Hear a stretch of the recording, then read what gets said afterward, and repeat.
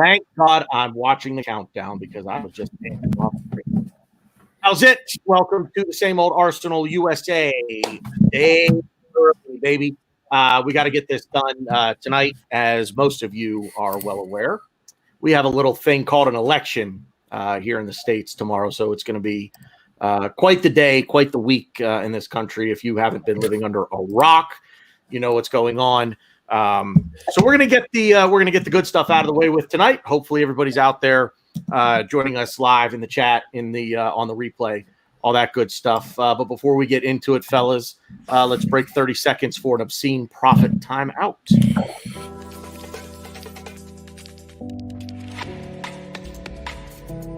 West Cork Beard Company make beard oil and beard balm for a strong, healthy, great-looking beard. Handmade from all natural ingredients in Clonakilty, West Cork. Check out their YouTube channel for beard care tips and advice, or catch them online at westcorkbeardcompany.ie. Yeah, so it is No Shave November.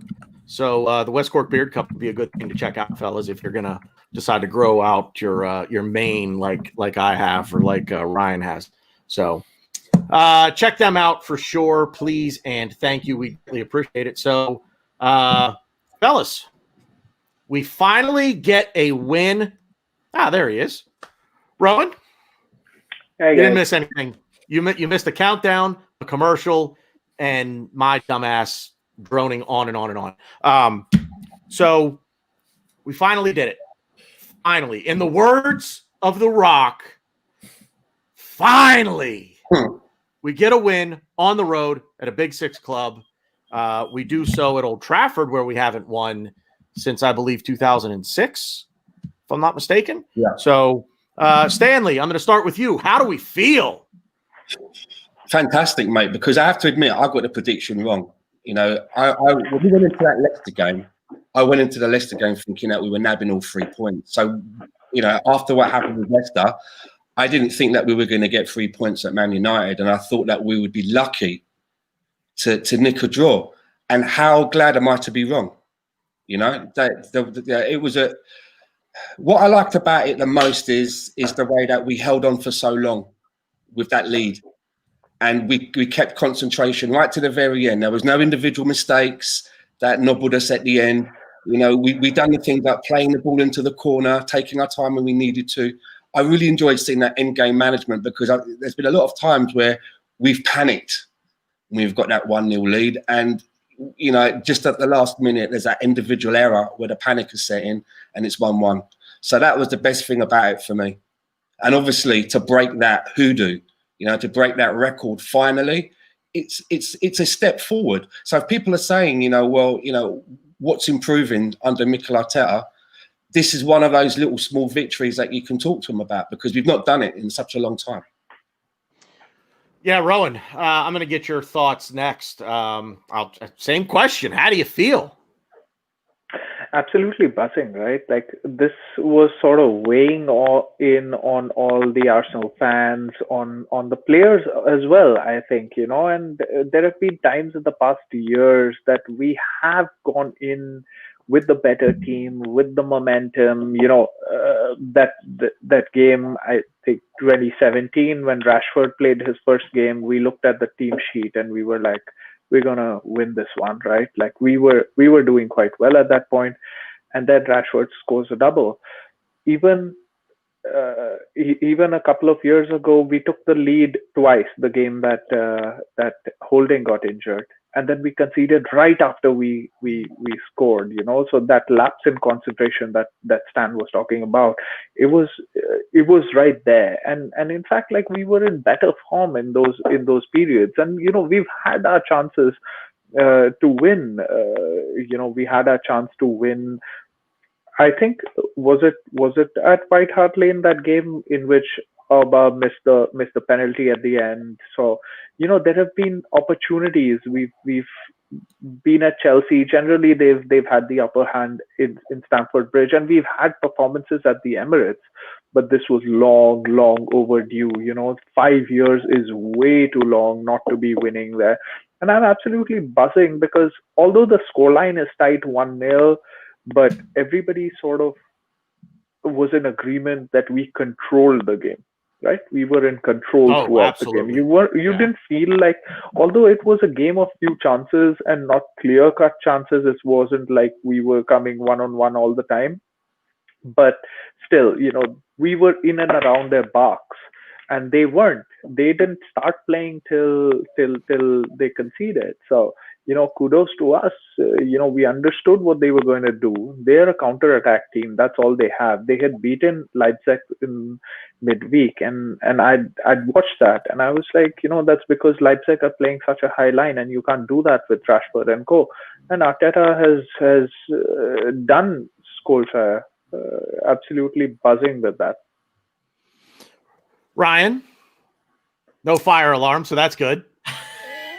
Yeah, sorry for if you guys see fire while I'm talking. My fiance is currently burning my dinner, so apologies to everybody. Hang on. I don't want you to feel left out. So, how do you feel? Well, I kind of want to have a party, a block party. Pottertown Brewing Company in New Haven, Connecticut. And to shout out to all the New Haven Gooners. Nice. They local are. Shout out there. I'm sure they're buzzing. It's a shame we couldn't watch the game at the local pub, but a great game nonetheless. I think Rohan summed it up perfectly. The only thing I'll add on to that is we controlled them, but I'll go farther and I'll say we dominated them. Up until maybe the last 10, 15 minutes, I think we just imposed our will. There's nothing they could do about it. And just watching Partita and El Nene just boss that midfield, it was, a sight for sore eyes. And I don't want to hit low-hanging fruit and saying Xhaka never better step foot in this team ever again. But, it's always good to, try new things and have him work against, Man U at Old Trafford. Yeah, I know. They're terrible. Ole Gunnar Solskjaer, we want you to stay for 15 more years. But, it's sometimes you just got to soak in the actual statement of Arsenal pick up 3 points at Old Trafford. And sometimes that's just enough. That's all you need. And, I know. And again, everyone knows I have a hard on for El Nene. So I was very happy about that. And, maybe Gilberto Silva knew a thing or two, when Wenger was in charge, Gilberto Silva came out and said, if there was one midfielder that, would make it into the Invincible team, that profile, it's El Nene. And everyone went, oh, he doesn't know what the hell he's talking about. What kind of takes are these? And yeah, I know. Old players, their takes may not be the best, but hey, he ain't looking too bad now. So let's just hopefully we can just build on this and keep pushing forward. So that's going to be my next question, actually, to you guys. Is this? I was thinking about this a lot, actually, yesterday when the final whistle blew, and it was almost. It wasn't. My reaction at the final whistle was more almost relief than, I'll say, exuberance or excitement. 3 points is great. I'm also the kind of guy, the kind of fan that I'm excited for a few minutes, but I then try to put it into perspective. And when we put it into perspective, just like last week's loss at Leicester really stung. Put it in perspective, it was the 6th match of the season. And while we sat 12th afterward, or 11th at the end of the match week, we were still, 4 points off the top spot. But this 3 points, it got us up to, I believe, 8th. We may have dropped a spot or two after today's results. But put it into perspective, it's 3 points in the 7th match of the season. And so here's my point. It was more of a relief from we finally beat that top 6, that big 6 club on the road. Here's my question, Stan. I'm going to start with you. Is this the kind of a win given in that context? Not the context of 3 points, 7th match of the season. In the context of big 6 club on the road. And it's Old Trafford. Can this really sort of propel us forward and boost the confidence level? You know what I'm getting at. Take it away. I do. And I think this is a really important 3 points. It's not like it's 3 points at Wolves. You know what I'm saying? All points are important, but this is the sort of win where you break a record like that, and you've really achieved something that, as a team, it should galvanize you to move you on, to keep moving you on. You know, this is a win of note. You know, if you're as a teammate, this is one of note. That, and you could see it on their faces. And Mikel Arteta said that he purposely didn't really talk about it at all. He said that he didn't bring it up. He just wanted them to go there and play the game. But obviously, the players were aware of it. You know, they can read. You know, they're on social media. They see the papers and what have you. So yeah, I think that this particular 3 points should be something that really galvanizes the team. And like you say, I think it should propel them forward. I was actually just going to type in a banner here and just scroll it across the bottom. Word of the day: galvanize. That, Stan, that's perfect. I mean it. I'm not making fun of you. I'm not making light of it. That is a great word for what's in my head right now. It can galvanize this group of players, this club, to move forward. Rohan, what do you think? It's especially after the last 2 games where I think Arteta came in under a bit of fire, not with us, I don't think, but with a certain portion of the Arsenal fan base, and we just thought that he's, like we said the last time, right? He was being too cool for school, right? He was just trying too hard. He was trying to make the tactical adjustment to outdo the guy in front of him. He tried it against Pep, it didn't work. He tried it with Rodgers, which didn't work, and he did it this time. You know, he knew what was coming. He knew that what Ole wanted to do, and the only thing that he can do is sit back and try to hit teams on the counter. And he said that I'm not just going to play it like that, which Lampard did, and that exposed his limitations as well because he had no answer. Mikel Arteta was like, I'm going to play that game. I'm going to keep it tight, but I'm also going to dominate you. And which is what he did. You know, I absolutely loved it, and that restored some faith for some section of fan base, I think, who were not happy with the lineup. I saw people were not happy with the lineup. It was okay. It was fine. You have to trust Arteta, and it's these sort of wins that give you belief, right? That we can go and we can win. You know, getting a draw there, even if we had dominated that game and then got a draw, it would have just been like, there's something wrong with us. We can't just win here, Yeah. But now look at Arteta. Since Arteta has been in charge, he's beaten Manchester United twice. He's beaten Chelsea, a couple of times? Yeah, FA Cup final and in the league. He's beaten City. He's beaten Liverpool twice. I mean, what else can you ask for? Only the one win against Chelsea. No, he's beaten Liverpool. Chelsea twice, right? Once in the league, and I don't remember beating them in the league. Didn't we draw? Didn't we lose and draw? We lost at home last minute. We drew. We lost at home. The Martinelli game, wasn't it? The Martinelli game. The Martinelli game we drew. Correct. Bellerin late. Bellerin late on that. Yeah. Bellerin late. Yeah. So we drew one, and then we won one. We won the main one, which was the final. The one with the trophy at the end. The point is that we've got into that mentality of now beating these teams, and what we now need to do is solidify the victories against, teams that we should be beating as well.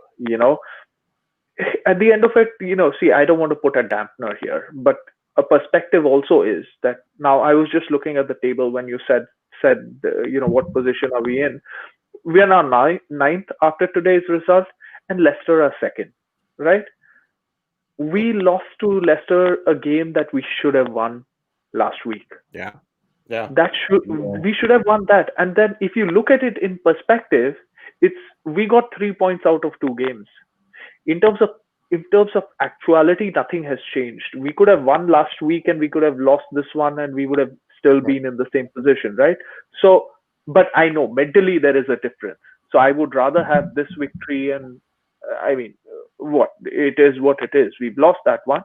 But that being said, we need to now beat the teams that we should be beating, and then get the wins where we aspire to get those wins, right?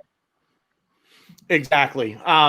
So Ryan, I see you heard the question, and I'm gonna quote Stan here with the galvanized thing. But you said, and I agree with you wholeheartedly. And I was thinking this again yesterday. We dominated. We really did. I mean, I didn't see the possession numbers, but my God, until the last 10 minutes maybe of the game, the last sort of flurry that United threw at us at the end, they couldn't do anything. They had like one chance. That was the Greenwood chance. That the really bad angle, but we dominated. So does the domination just take score out of it? Just look at the style of play, and we dominated. Does that galvanize us moving forward? Yeah, I think so. I said it last podcast, and I said, Mikel Arteta is changing the cultures club. He's changing the mentality, and with wins like this, it's going to be easier and easier for him to do it.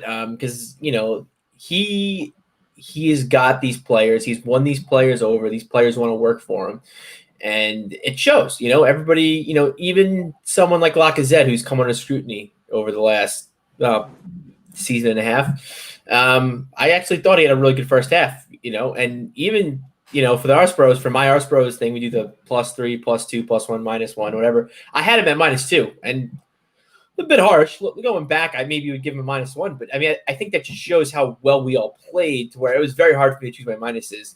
I do want Laka scoring. I do want him getting in the box more, but he won the ball a lot in the final third for us, which helped our I wouldn't even say creativity, which helped our threat. And we were just such a threat in their final third because Lacazette was winning balls. And, his touch isn't great. And if he'd win the ball and he would try to dribble out, he'd lose it. But I think he is his best game for us in a long time. And I think he needs to get some credit for that. But, back to what I was just saying, it comes down to these players that are slowly buying in. And I think we're slowly building a house. First was the defense. Yeah. Now the midfield is coming into play. And I think, our attack will slowly mature. And I think the whole argument now is, do we bring in an attacking midfielder or do we bring in a striker? Because this might be an unpopular opinion. I kind of think we need a striker. I don't really care about an attacking midfielder. Because if Elneny and Partey are doing their jobs in the final third and winning the balls like they did against Man City at Old Trafford, I don't need creativity. We're creating chances. We're just not finishing them. Yeah. Our forwards are terrible at finishing these chances that we're getting. So to me, creativity, it would just be a caveat. Creativity would just be like a cherry on a sundae. Now, personally, I don't like cherries, but whatever. I'm sure a lot of you do. But, I just think slowly but surely we're working our way in. So the midfield. Great segue, because I am it's ordered, by the way. I ordered up my Mohamed Elneny kit. Done. I'm gonna rock that this year. Yeah, did you really? Yeah. Yep. Oh, Yep. yes. It's the away kit with the cup font on it, not the league font. Just because it's different. But listen, I think I put out a tweet maybe at the very end of last week, like Friday. It was before the match, where I think I had Aubameyang through the middle with Pepe out on the right, and can't remember who I had on the left. Might have been Saka. But then I had in the midfield, because I had Saka in the midfield with Partey and Elneny. So did we see yesterday? Because I personally think that Elneny and Partey will work better together in the midfield than Xhaka and Partey will work together in the midfield. I think Elneny gives Partey a, how do I want to say this? I think he gives, I'm not going to say necessarily a comfort, simply because I don't think they've played together long enough, but I think he gives Partey the ability to take the ball forward, because I think Partey in the back of his mind knows that Elneny's behind me. And I know, for lack of a better phrase, he's got my back, so I can progress forward. It's the midfield that I wanted to see, and we got it. And Mohamed Elneny this yesterday, has been my player of the year so far. Stan, we were talking about this off the air. I want to make the point that you made to me. I've taken a lot of credit for what you've said, by the way. So go ahead and say it yourself so that everybody hears it, because you're the one that said it, not me. So I don't want to take credit for it. Go ahead. Well, it goes back a few months, doesn't it? And we were talking about a few months ago about, you know, what we could do at Arsenal, what could help us. And I was saying, rather than get rid of El Neni on loan again or try and sell him, and it's funny, I see Terry's on here from Claude and the Bansters. I was on their show with him and Claude, and we were all chatting, and I said, I think El Neni could still do a job for us. And I'm like, what are you talking about? And I'm like, well, he may only be like 75% technically of maybe some of the other midfielders that we have. But if you play him, he will give you all of that 75% and maybe try and ring out a little bit more. Where we do have players that maybe are more technically better than him, and you never get 100% from them. You know? And he's come in, and I think in every game that he has played so far, including the pre-season friendly that he played in, he's not had a game that's been lower than a 7, in my mind. He's had some 8s in there, and I would even go as far as say that the Man United game, he might have got a 9. You know? Yeah. And he only cost us, what, 5 million? Somewhere between 5 to 7 million pounds. And I also said as well that by bringing him back, could it be like, you know what happened with Coquelin? We didn't think that Coquelin was any good. We shoved him out on loan at Charlton, and we had to bring him back in off loan because we were so threadbare in the middle. And he went on and cemented that partnership with Santi Cazorla. That was key to us doing so well. You know, it was almost like we found it by accident, but it became a mainstay in the team. And the second one was when a lot of people were saying, like, why is every manager so big on Xhaka? Even Mikel Arteta is. And I said to someone, maybe he's trolling us because we are threadbare. We don't have a lot of experienced players in that position. So he's not going to come in and say, yeah, he's shit. He's gonna like, you know, make him. I said, maybe when we get some other people in the midfield, we'll see less of him. And what happened? The first game that Thomas Partey came on, I think he came on for the last 8 minutes. It was Xhaka was the one that got hooked. And in the next game, Partey started. Xhaka was the one on the bench.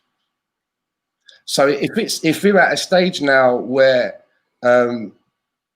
Xhaka is going to be a squad player and maybe help us out in competitions like the Europa League, I'd prefer that personally, because I think Mohamed El Neni is, you know, every single game he has played, he's delivered. Amen. Amen. Rowan, thoughts Absolutely, on? Yeah, go ahead. Agree with Stan. You know, and I'd go as far back to say that in reality, like, I haven't seen El Neni have a stinker of a game. I mean, when he's done okay. He's never done exceptionally well. This Manchester United game was probably his best game. Giving him the armband for 5 minutes seems to have like rejuvenated him to the next level. But like, he's never had a bad game because he keeps things simple, right? He's not doing the most difficult things, and so he keeps it simple. But a lot of times, keeping it simple is the most difficult thing. You have seen that with a lot of our players, right? They can maybe do the difficult technical things, but they can't do the simple things. That lapse in concentration, that hunger, that will, that desire, that passion is missing, which he has in abundance because that is what he makes up for. You know, he must be seeing these other guys with their silky touches and their, you know, their ability, technical ability, and he must have been telling himself, what do I bring to the table? And that's heart, right? That's what he showed. You know, that lung-busting run that he made on the 96th minute. You know, we should make a clip of that, right? Like, that is the attitude that you need. Chased down Shaw, made him pass to the back. He didn't let him get the last ball in, got to Lindelof, had to play the ball out, and you could see the frustration. You know, that is the desire that you need, you know. And with in this game, I saw a different Elneny actually. Like, I mean, this was an Elneny who got forward. This was an Elneny who could play a through ball, who could play a decisive ball, and he's done that a couple of times. He did that with the pass to Bellerin when Aubameyang scored, and then he did that in this game as well. So there's a different dimension that's coming out. And Elneny, I don't think he's the highest wage earner as well. Mikel Herrera summed it up that he's not a player with a big ego, right? Like, you would have needed him at some stage. Shots and I didn't fired. think that he would. 50 grand a week. Yeah, 50 grand no, a it's week. 90. 50, even better. He's 50 grand a he's week. contracted to us till 2022, so we don't have to make a rush on making a decision now. We've still got a bit of time. Exactly. And what was the rush to sell him? Because, we bought him for 5 million. It's not like we were going to sell him for 50. So, Right. It's not like you were going to make so much money. And even if he wasn't going to be good enough for the Premier League, which I didn't think he would be, you're not, I don't know. Now you might as well win the league with him, but like till before Manchester United, I didn't think you could. And but still, you needed him for Europa League. That's what I thought. But he has swapped places with Xhaka. Now Xhaka can play in the Europa League. He'll add some quality there. Xhaka will do well there because that's his pace, right? Xhaka That's his plays lane. at a pace. And that's his lane, and he can sort of do well there. I'm not slating him off right now by saying that. I'm saying that with all due respect to him. That's the reality of it. He wants the game to be, at 0.5x. When the Premier League goes at 2x, 3x, 5x, that's the pace that you're playing at. So, Elneny, great, start to the season, and long may it continue. Just real quick, Ryan, before I come to you, I just want to give a shout out to everybody in the chat. You guys are putting up great stuff tonight. Keep it up. I'm really enjoying reading all comments. So great stuff, guys. I want to say hi to everybody because I know at the beginning you guys were kind of, shouting us out, letting us know you were here. We see you. Thank you for being out there, guys. We really appreciate it. That's about the best I can do. It'll take me 20 minutes to sit here and go through everybody. So Hard Day Northwest IPA. Yeah, Red Truck. Who makes that? Who makes Red Truck? Who makes it? Red Truck. Red Truck is the okay. Yeah. Because there's a it's called Founders. I think they're out of Michigan. It's called All Day IPA. It's a session IPA and it's absolutely delicious. Damn it! Now I want an all day IPA. Can I just say, just to add on something about Elneny as well? I'm watching him and it's almost like watching him play. He's doing everything that I wanted Torreira to be doing in the team. Do you know what I mean? Yeah. Boy, oh boy, that's a great point. He's doing everything that I thought Lucas Torreira could have maybe have done for us. That's what we were hoping for back 2 Decembers ago at the after the North London Derby. Exactly that we were at. So Ryan, I'm going to give you the chance to kind of go berserk on your boy here. But piggybacking off what Rohan was saying there at the end with Granit Xhaka, this is his lane now. He's not going to be happy about it. But I will say that I like the fact that he's going to, I hope anyway, that this turns into a situation where he's somebody that could come off the bench in the last 20 minutes, 15 minutes, if we need a defensive stalwart back there. Not that he's that great, but he's more defensively inclined than I think Partey is. So I kind of like the fact that he's going to come off the bench, hopefully. And I think the Europa League is just his speed, like Rohan said. Just his speed. The guy's as slow as molasses. Anyways. In the middle of winter, even. Yeah. So if anybody watched me on Mike Scully's preview show of the Man U game, it was a fun episode. You have to watch it. Check it out. I think it's every Friday. But one of the things I talked about was always being prepared. And if you watch the show, you'll kind of know what I'm talking about. I don't want to get too into it because it's a little dirty. But after all this Elneny talk, I prepared, so I cleaned up already. So I'm all cleaned up and ready to go. Wow. Yeah. So I've been tooting this guy's horn since pretty much, I don't know, probably since Wenger maybe. I just love this profile. I loved what he brought to the team. He brought something that, not many midfielders brought. I mean, Gilberto Silva said it, but I feel like I'm not an ex-invincible, but he's just he's a hardworking player. He's an engine. He'll give you all that he has and he'll lead on the pitch. As we brought it up earlier, the 91st minute of him just pressing and just, emptying out his gas tank. It's just, it's something, I guess, as a fan, I've wanted to see for so long. And I'm not saying all 11 players are going to be the engine like him, but it's a start, and I love it. And the only thing I will say in response to Stan was, and I tweeted about this. I replied to someone who tweeted that, El Nene is such an upgrade on Torreira. I think Partey is the upgrade on Torreira. I think Partey is doing what we want Torreira to do, to kind of hang back, win the ball, and progress it forward. El Nene is kind of pushing further up the pitch and making those incisive passes into the final third. Some may say what Xhaka's so good at doing, but we haven't seen that in how long? We don't even know. And I think the reason why, and this is the thing I've also been saying about El Nene is, he doesn't put a foot wrong. He keeps it simple. Like what we've been saying, he's a very simple, structured, organized player. But he makes everybody around him better because he's so simple, because he's so structured. He's not going to be out of position. He's not going to step a foot out, out of line or anything like that. And I think that's why him and Partey work so well together, because Partey can rely on his engine, rely on him running around, and Partey doesn't have to run around himself all over the pitch. And he could be kind of like that. I want to say it was a sweeper or stopper. I think stopper is the head of the defender. Almost be like that stopper kind where he's like right in front of the defense. It's just kind of just cleaning up shop, getting all the balls out, getting the ball out of our final third and getting it into like maybe either the halfway line or even getting into their final third. And I just think the partnership just works out so well because, like I said, I think El Nene is enabling Partey to kind of do a job, stick to it.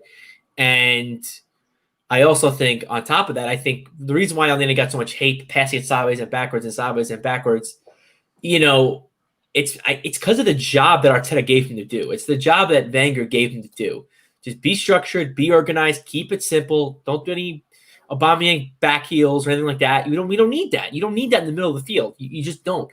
And I think now he's kind of been tasked with another job and kind of progressing the ball forward because we have that Partey type player that we've been looking for in that, almost like an N'Golo Kante kind of player where he's just he can progress the ball, but really he's just there to give the defense and, almost like a night off and can kind of clear the ball, make recoveries, which Elneny did too, but really it's Partey's kind of forte and kind of just, get rid of the ball, get the ball almost right before it gets into our final third. And I'm excited. I mean, and they also said, I don't want to jump the gun, which I've done many times before and say, he's got to be in our starting 11, every week in and week out. But I mean, you got to give them 2, runs of games and we'll see what happens. Cause we may could upgrade on Elneny. I'm not saying we can't, but again, I think that's just something that people were kind of saying about Xhaka, like, oh, Xhaka's just papering over the cracks. Kind of what you were saying, Tanner, about how, I don't want Partey, I want Ahhhh because Xhaka's kind of that cover. I personally disagreed, but I think you could make the case for Elneny being kind of like that paper because he puts in those performances, he puts in the hard work and everything. So I think now it's just again, going back to probably going to be my theme of the night is just going back to putting our chances away. I don't care about a creative midfielder. I do not care. And I see all these people on Twitter saying, oh, well, we weren't creative against Man U because Xhaka was on the field. I don't even know what that means. And if you're one of those people that believe that, seriously, if you follow me, you can unfollow me. That's fine because I don't want to lose brain cells reading stuff like that. But anyways, it's just, again, I just love the house that we're building. And I can't wait to live inside, kick my feet up, and walk around naked. So, speaking of, I just want to point one thing out. Grace Winder, better draw the curtains. Grace Winder. So Ryan actually does. Just FYI, he's undefeated. His team is undefeated. There's a video on YouTube. I think you can find it of him almost like prancing out of the changing room. onto the pitch. It's quite disturbing. I've had a few nightmares of it myself, but it's there and they're undefeated. So there's something to be said for that. Rohan, I want to come back real quick, and you put your hand up, so I want to give you a chance to go ahead. But the one thing what I almost said El Nene. Jesus. What El Nene lacks in the technical ability that we've kind of been discussing, he makes up for in the hard work. And I have said this before, be it here, be it on other shows, hard work will beat talent when talent doesn't work hard. And that's what I think El Nene is bringing to this team. He's bringing that desire to basically do this. He's the guy that's going to grab a hold of the badge on his shirt, and I think he can, not necessarily the rah guy, but just that energy. When you see a guy that's been on the field from the first kick of the ball in the 91st minute, running his, excuse the language, dick off, chasing that ball around the field, chasing United around the field at the end of the match. If you're a teammate, that's one of those, you've got to be, come on, let's go. Like Stan said earlier, galvanize. Yeah, that alone absolutely has to galvanize you. Absolutely, 100%. I think El Neni doesn't get enough credit for what he does, which he has been doing. And we every time we say anything good about him, we sort of feel like we need to justify by saying that he's not as good technically, but he makes up for this. I just think that we say that because he's El Neni, he came for 5 million from Basel, he's Egyptian. He right now at this moment, he doesn't seem any different from Jordan Henderson to me. Actually, what does Jordan Henderson do so differently? Hang on a minute. For the first time ball. He doesn't seem any different from Andreas Pirlo. That's the big one out. That's the big comparison right now. That's exactly what Henderson does, right? Covers blade of the grass. He's not too creative. The only creativity that he has is when the ball comes, he puts the first ball in and hopes for somebody else to head it. And because they've got so many people in front, they sort of end up doing that. But he is the driver of that team, right? He is the guy who builds them up, who's covering every blade of grass. And he's not as technically gifted as your Salah or Mane or Firmino, those guys. And this guy is doing that job, and he doesn't get that respect. And we've never seen him in that light because we're used to our technically sound players, right? Our Santi Cazorlas, our number 10, our, all these guys, your Ramses, your Wilshere, the guys who have that sort of majestic play about them. They can make you go wow, which El Neni in all probability is not going to do unless he's playing at Camp Nou.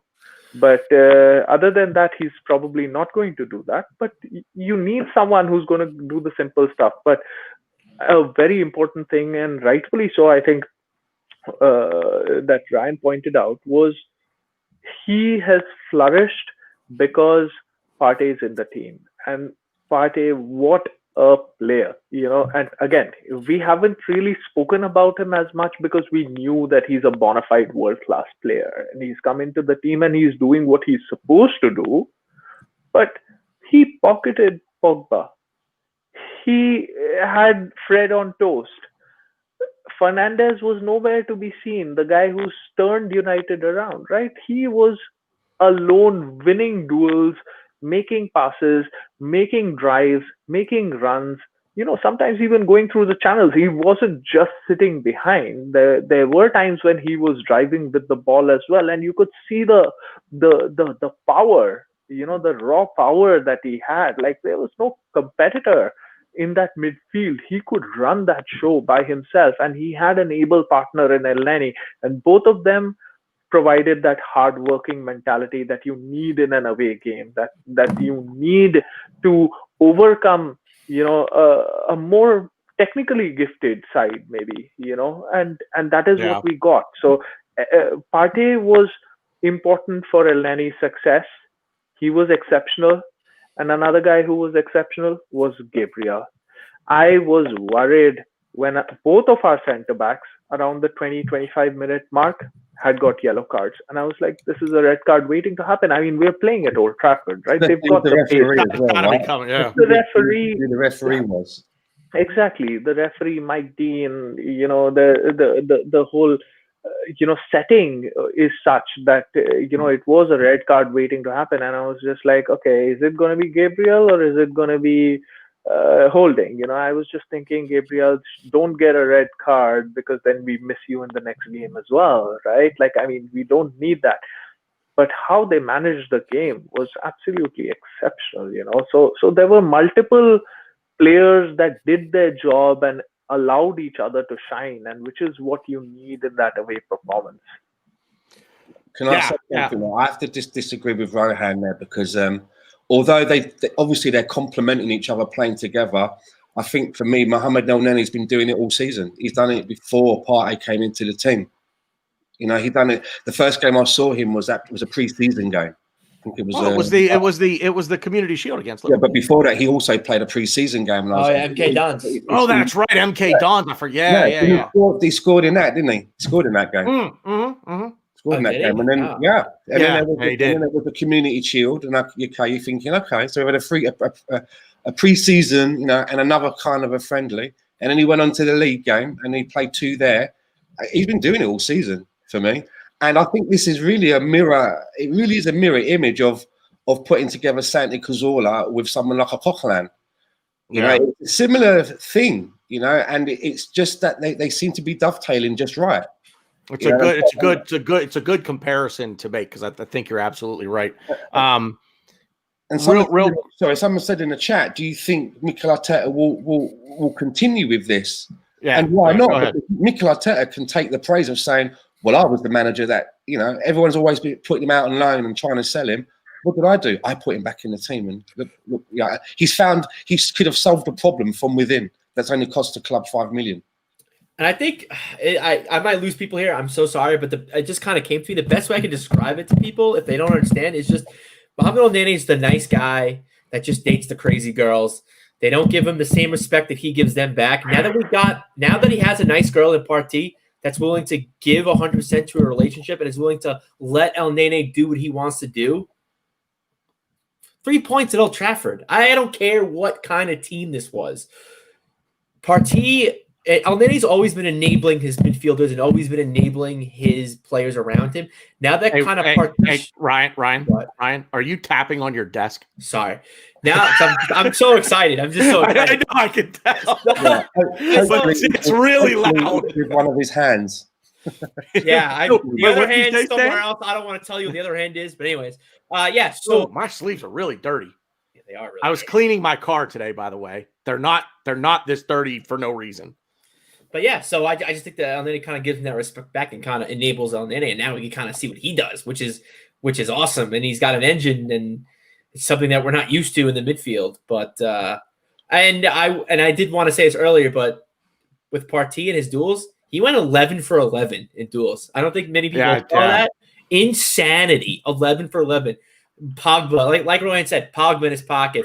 Fred had like a 4 out of 10 game. Fred was terrible, which he's not great to begin with. He's not great to begin with, yeah. But still, I mean, he gets into the Man U team, so he's got to be. I don't know, he sucks. But yeah, I think it was great all around, and I do want to give a shout out to Gabriel. I thought he did good. The only problem was he was on a yellow early, and I thought he put in a couple nice tackles. There was 2 chances where I was like, "Fuck, he's off." I'm like, he's getting sent off. There was like his tackle on Matic, which if you slow it down, he does. Down. He does. That's a complete dive by Matic. It's not even dive by Matic. I'm telling you, I'm not saying he should have gotten a yellow and get sent off. Watch it slow-mo. It's closer than you think. That's all I'm going to say. I'm not saying it's damn close. And I actually don't think he got the ball on that play.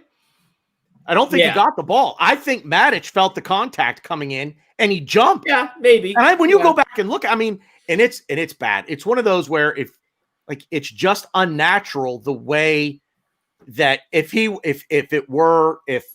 Gabriel would have gotten contact on Matic, the way that Matic went up and over him was unnatural. He jumped, and it's a dive, and it's close. It's damn close. I'm not going to argue. For me, watching in live time, I was like, "Oh, what a tackle!" And then you look, you're like, "Oh, okay, I see it."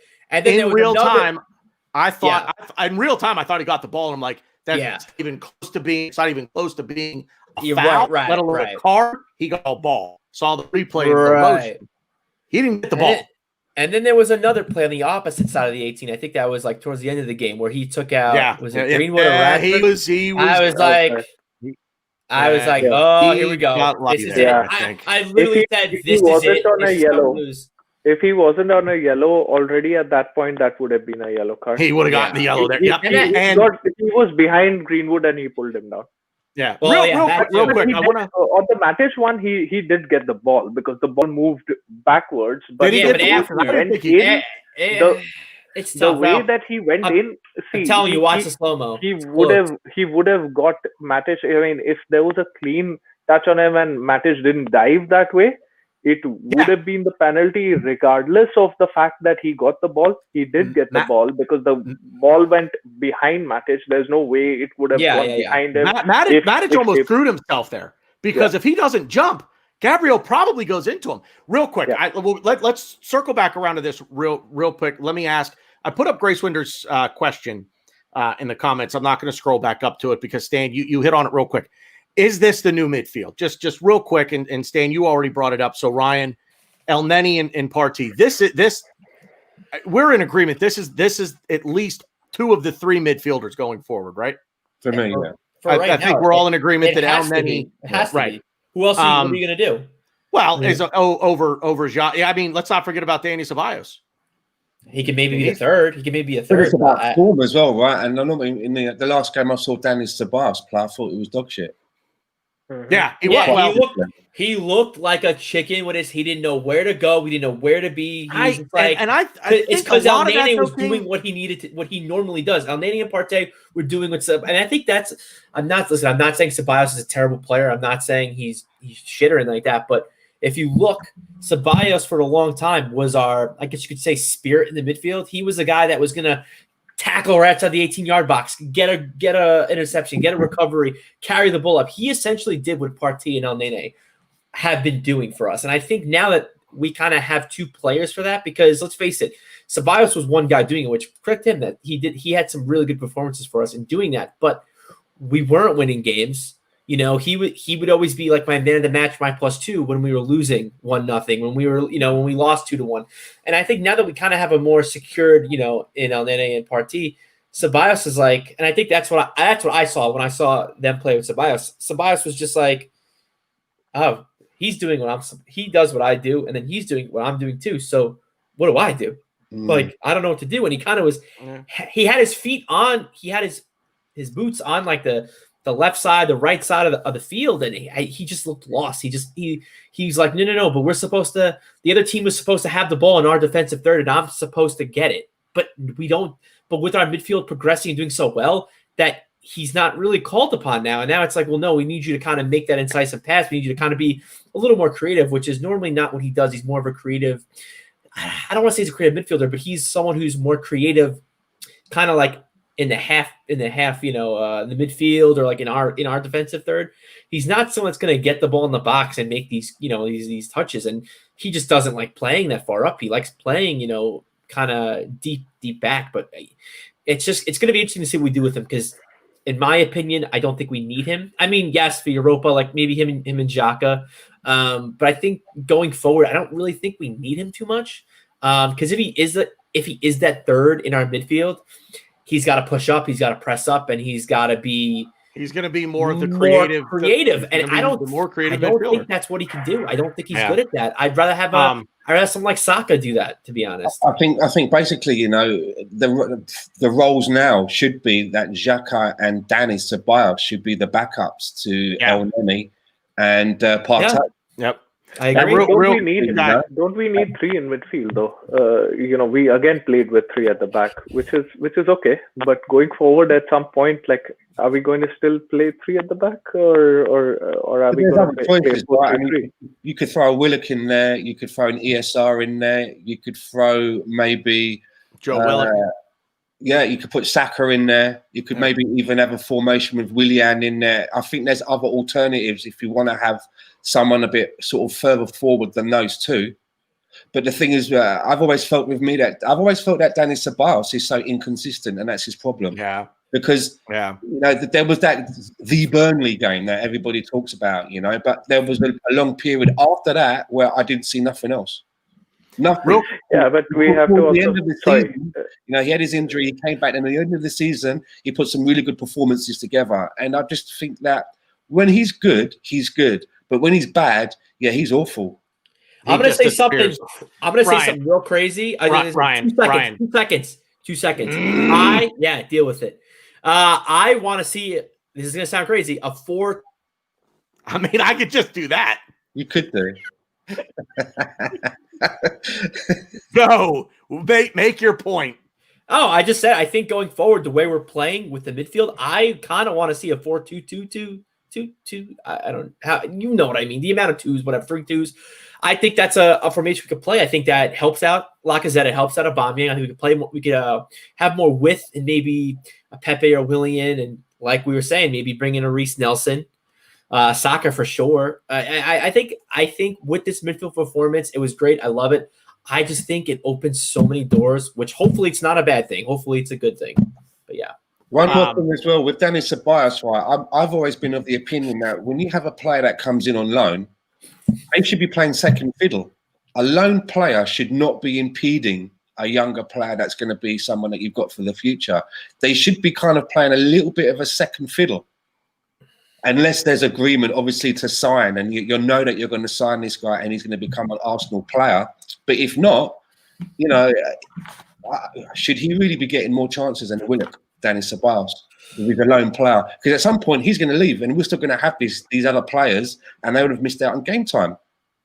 So, I look at players like Benayoun. Benayoun, when we got him on loan, the way that we used him was how a lone player should be used. Especially, when they're not, a youngster. Yeah. Just my thought. Real quick, completely off the subject here, but I do want to give one specific shout out to Gary. DWTT, Don't Waste the Tweet, is out there moderating our chat box for us. He's part of the team as of last week. So I want to give Gary a big shout out for helping us out, man. Thank you very much. We really appreciate it. So, like I said, this is now a 5-man operation as far as we're concerned. Gary's part of the team. So, while I've kind of halted the Arsenal talk here real quick, a little bit of housekeeping stuff to take care of. We have also partnered with Manscaped. If you go to manscaped.com and enter the code SAMEOLD at checkout, you will get 20% off your order plus free shipping. Gentlemen, Manscaped is here to help you guys clean up your crime scene. For the missus, I'm sure she will enjoy that. I'm not going to go into too much graphic detail here with this, but go to Manscaped, guys. Enter the code SAMEOLD, all one word, SAMEOLD. At checkout, you get 20% off your order plus free shipping. Keep the crime scene nice, neat, and tidy so that she can find the clues very, very, very easily. So moving on. Can I just answer Lone Star Londoner about Ceballos? Saying like Ceballos is on loan from Real Madrid. Grow up. I couldn't care, right, if Ceballos was on loan from Buckingham Palace. He's not an Arsenal player. He should be playing a bit part. Don't get me wrong. If it was like Gareth Bale that we had on loan, or Ronaldo, or Messi, then obviously. But it's Danny Ceballos. There's a reason why they put him out on loan, because he can't get into the Real Madrid team. He can help us out, but I just don't see what a lone player, if you're not going to sign him, should be impeding someone that you're keeping. I just don't get that. That's just my opinion. I think there's it's a little bit of I'll say a double-edged sword, because if he's the best player you have in that position, then he should be playing. I don't think you play second fiddle to a younger player that's here for the future. If that younger player isn't ready to help you over the course of a grueling season, but that being said, if there's somebody else who can play that's as good or better than El Neni, Jesus, I can't get him off my brain. I can't get my mind all the time. I can't get my Egyptian king out of my head. Danny Ceballos. Woo! Did we just woo? Woo! I'm on a question though, right? Okay, if we if we could sign Danny Ceballos, right, for £30 million, would you do it? Nope. Danny Ceballos, 30 million. Nope. No, Sorry. Yeah. So London Lone Star says loan doesn't mean sign. The question doesn't mean you can't sign. Do you want to sign him? Because I don't think he's worth £30 million. It's funny. Like 2 weeks ago, you asked me that question. I would have said yes. No, wait. I wouldn't say that I don't think he's worth £30 million because here's the thing. He's worth what someone's willing to pay for him. Yes. There might be somebody out there. So yeah. But I don't think he's worth £30 million to the Arsenal. If I were making those decisions, would not pay £30 million for Danny Ceballos, considering what we have in the midfield with the young players. So I don't think he's worth that to us. Is he worth that to Crystal Palace? Well, the best way I would put it would, because I don't know if you guys heard me, I just said it. 2 weeks ago, I would rip your hand off signing Ceballos for $30 million. Now, no way. I'm not paying $30 million to sign him now. Lone Star thinks he is, and that's fair enough. I mean, I respect your opinion. That's fine. I think he is worth $30 million. We just don't need him. That's the point. That's probably the better point. Yeah, that's probably the better point. Praising it as the Arsenal, I would take that £30 million and I would invest it somewhere else because I think we have enough talent in the midfield right now. Well, we don't know what we have with Emile Smith-Rowe because he can't seem to get a shout at all. Therefore, his presence is impeding some of the youngsters that we've got. Yeah. Okay. So, welcome, Danny. Welcome. All right, Danny. Talking the soccer. Yes, we are. Yes, we are. Thanks for being out there, man. We really appreciate it. Good to see you. I'm going to throw it up here because we're kind of on the topic. Most offensive midfielder we have. I don't buy that. You know what? And I'll say this, Lone Star, the Burnley game, as Stan keeps mentioning with Danny Ceballos. I was at that game, and I remember walking away from that game thinking to myself, man, we really got something here. This guy's going to be. He's going to be that offensive, that attacking midfielder that we want. And then he disappeared. And then that was it. It was done. When he came in loan, for some reason, I don't know if it's because of the way he looks, his hairstyle and that, but people were going, oh, yeah, he could just he can replace Ozil. And I'm like, well, okay, he's not. He doesn't play in that role. That's not what he does. Not what he does. Right. Not what he does. Yep. That is not what he does. So, players like Willock and ESR, I would probably have a little bit more faith in them higher up the pitch if there was that choice. So to me, Willock is a player that'll shoot the ball inside the 18. He's the one that's going to make things happen for himself and his team inside the 18. To me, that's what an attacking midfielder needs to do. I don't want someone that's going to make some ooh and ah passes and a couple of dribbles. I want someone that's going to run at the defense, make them nervous, and maybe shoot the ball like right outside the 18 or right when you get inside the 18. And that's what Willock did. And he did that against Dundalk. So that's why I think he could do it. I mean, it's tough. Yeah, exactly. I think it's tough because it was Dundalk, a team that probably couldn't even hang in the championship, if I'm honest. I don't want to be mean, but so it's tough because of the competition. But again, we need to just play him and see what he could do. Personally, offensively, I would always choose I would always choose Willock over Ceballos, just at what Willock's good at and what he does best. Ceballos likes to play deep. He likes getting the ball deep. If you watch him play, he's not an attack. That's just not what he does. He's not an attacking midfielder. Koigi is saying in the box he played number 10 for Spain. My answer to that would be Lucas Torreira played number 10 for Arsenal. So yeah. See, just because it fits doesn't mean it looks good.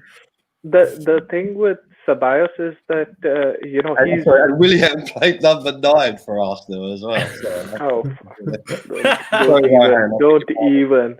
Yeah, no. So with Ceballos, the thing is that he's had his good spurts, right? Like Burnley, and then this season it was the cameo against Liverpool when he came on and he made these 2 decisive passes.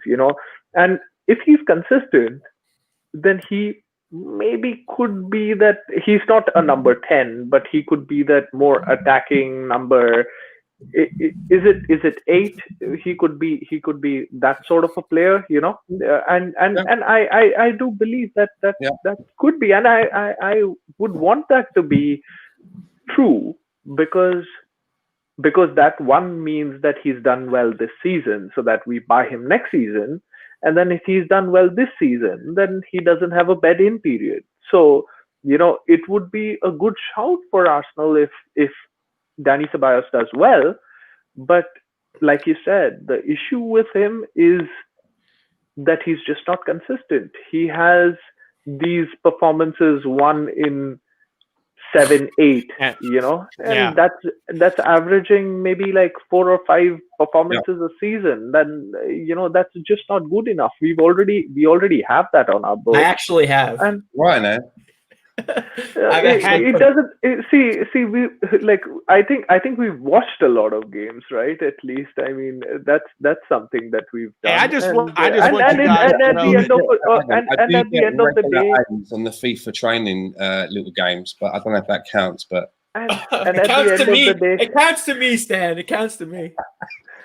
At the end of the day, these are just opinions, right? So this is what my opinion is, and it's not like I wish that Danny Ceballos doesn't do well. What I'm saying is that I hope that he does well, but the evidence shows to me till now that he's not done great. He's been okay, So and what Stan said, I think, is that, if he's just been okay, then why don't we try other people and see if they can be better than okay? I would go as far to say that I've seen him have a very good game. I've seen him have a very good game of football. And I can't remember who it was against, but there was one game where he was even nicking the ball off the player and like almost turning on a sixpence and then just moving forward. But the problem for me is it's just a consistency thing. I don't see it consistently. I sometimes think that with some Arsenal fans, it's almost like, well, he's at the club, so we might as well just keep him. No, I'd rather go and look somewhere else. And I think with the money that we would spend, I think we could maybe better spend it in other places, somewhere else. That's just my feelings on him. I'm not saying he's a terrible player at all. And I think have some very good games. My opinion is, just my opinion, he just lacks a bit of consistency. I'll even go more. I think he lacks speed. I don't think he's fast enough. It's funny people are comparing him to Ramsey. I do see him in playing that Ramsey type of role. I hate to say it, though. He's not quick enough. And with our midfield, with Partino and Nene, what do we do against Man U? We're very quick, incisive, direct balls. That's what he's good at. He's good at making a decision really quick and moving it. Granted, back in the day, he was doing it sideways and backwards, but he's always been a quick passer. He knows what he wants to do, and he does it. Against Man U, he's quick and he's forward and progressive. I just don't think Ceballos has that quick. He's not quick. He's not a quick player. And if we want to play, I don't know if you talk. Are you talking about Ceballos? Because I can agree with that. Talking about Ceballos, yeah. Because I agree with that. I just think he's just too slow. And I'm not saying he's too slow for the Premier League. I don't necessarily agree with that. I think he's too slow to be in the midfield that we want to see going forward. And like I said, I do see shades of Ramsey on him. I don't think he's quick enough. And I was reading something the other day. I don't even know what the stat is, so I'm sorry, I'm going to butcher this. But essentially, we think it was the start of this season and last season, we had the second lowest tempo in the league. So we were the second slowest team in the league. Now that's with Xhaka, that's with Ceballos. I just don't think going slow, especially in this modern game, constantly evolving. I think we need to be more quick, more direct, and incisive. And who does that the best?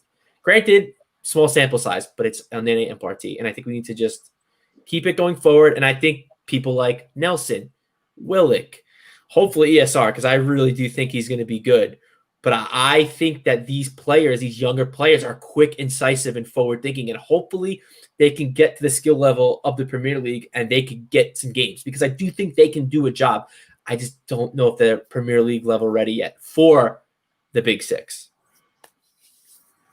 So this is actually it's good. It's good footy talk, folks. This is good footy talk. Yeah. Or as Danny said, we're talking the soccer. The soccer. This is actually London Lone Star, and I got to give you credit, man. You got us going down this path. So I'm going to kind of stick with you here. Do we think Elneny and Partey will score goals? Someone else said in the box, Ceballos never arrives in the box. And I was thinking, well, he does. It's just that by the time he does get in the box, everybody showered and changed and sat on the coach waiting to go home. Yeah. Here I am. So do we think Elneny and Partey will score goals? And that's actually a pretty good question to Lone Star's point with Ceballos. But Ceballos didn't score a lot of goals last year.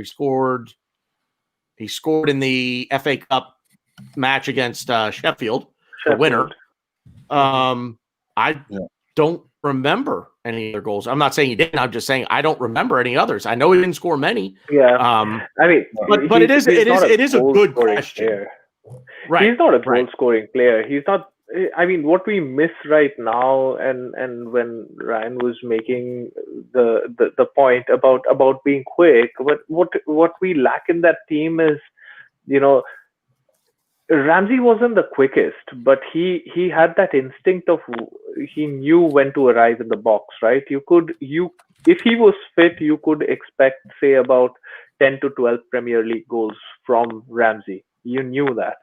But with Ceballos, do you get that? No, I think he'll score maybe like 4 or 5. If he has a good season, and I'm not saying that Elneny or Partey would score as many. So which is why if there's a third spot that's open, then we need to look for a player who's going to score that 10 to 12 goals. Otherwise, we're just relying on Aubameyang, and people do find that out. And the most dangerous position in the game is when the midfielder makes a late run in. I mean, there's a Chelsea supporter in the chat box, and he'd know, their record scorer is Lampard, and he made a living out of arriving in the box late. That's what you have to do. Freddie used to do it for us a bit as well, didn't he?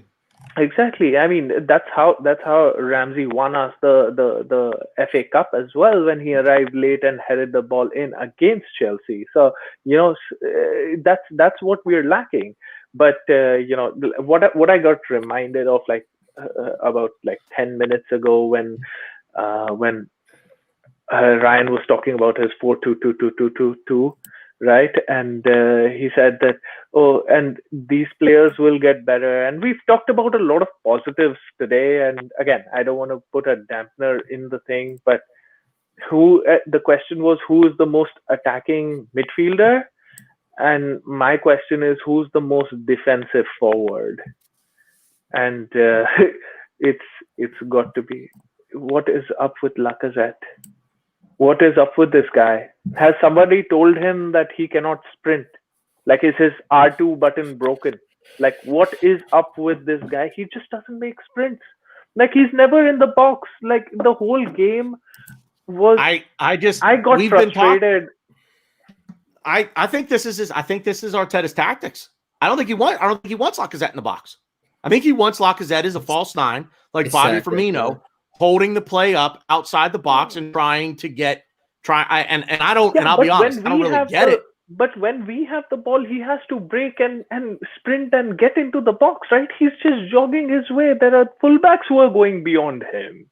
All I'm saying is I'm taking the approach to this as I don't think it's Lacazette doing this by choice. I think this is what Arteta wants him to do. I think it's Arteta.